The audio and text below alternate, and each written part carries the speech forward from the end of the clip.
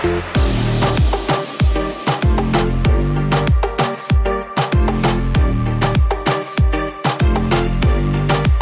suis un entrepreneur. J'ai co-créé plusieurs sociétés. La première s'appelle Margot Conseil, c'était il y a 11 ans. C'est une société de consulting IT spécialisée en finance des marchés. La deuxième s'appelle Codecase Software. C'est aussi une société de consulting qui travaille dans la modernisation de code. On transforme du code ancien, compliqué, en code beaucoup plus récent et simplifié. Et la troisième société s'appelle Bolden, donc une société de crowdlending. Et la quatrième, donc, c'est Deepalgo dont on va parler aujourd'hui. La technologie, c'est effectivement notre capacité à extraire de façon 100% automatique les algorithmes d'un code existant. Ça, c'est la techno. Qu'est-ce que ça veut dire pour monsieur et madame tout le monde? Ça veut dire que quelqu'un qui est non technique va pouvoir comprendre le code en lisant simplement les algorithmes que nous aurons extraits.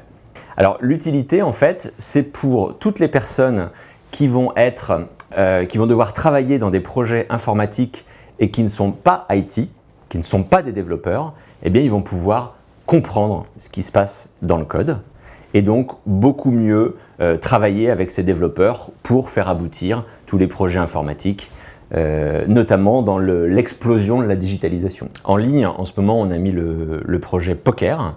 Donc on a extrait les algorithmes du code du poker, donc on peut naviguer dans ces algorithmes et donc on peut trouver par exemple l'information suivante, c'est dans quel cas exactement l'ordinateur contre lequel vous jouez au poker va décider de se coucher. Il va comprendre sa stratégie, comment l'ordinateur a été codé pour prendre telle ou telle décision dans le jeu.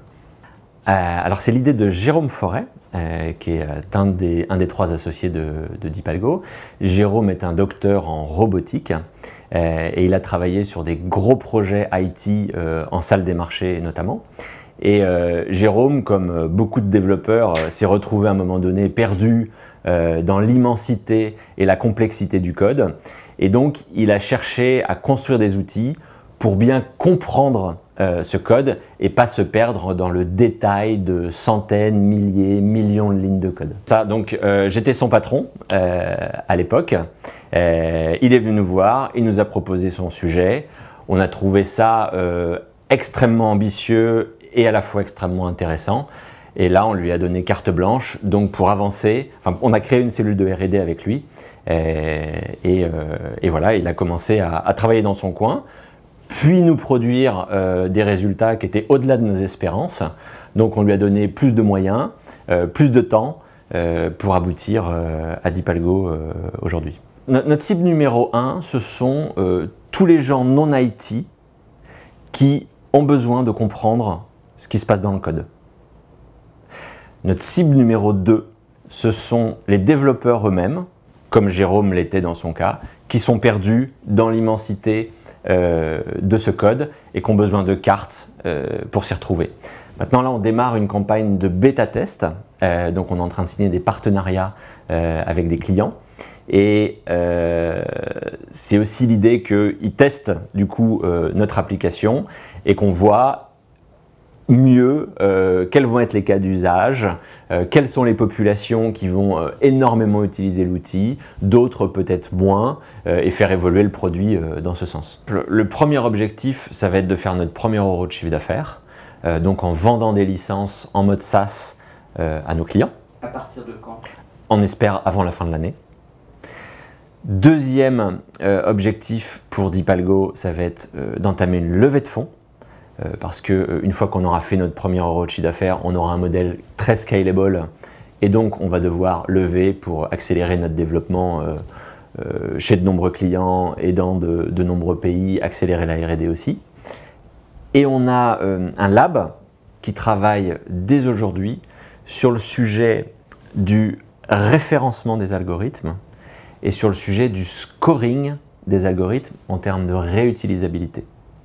Ça veut dire que demain, monsieur et madame tout le monde pourra searcher un algorithme et réutiliser ce que nous aurons scoré réutilisable. Donc ça veut dire que l'algorithme devient valorisable et donc on créera une bibliothèque d'algorithmes, ce qu'on appelle une marketplace, où les gens pourront acheter des algorithmes et les réutiliser. Et découvrir comment l'ordinateur joue au poker. Exactement. Alors aujourd'hui, il y a une quinzaine de personnes qui travaillent pour Deepalgo, essentiellement en R&D, et on a des équipes sales et marketing.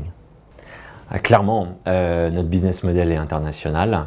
On a un modèle de développement qui est SaaS, donc facilement scalable à l'étranger. Et d'ailleurs, dans le choix de nos premiers outils en bêta test, il y a le projet Chromium. Donc l'idée, c'est clairement de se faire connaître aux États-Unis par la communauté open source riche qui travaille sur le projet Chromium.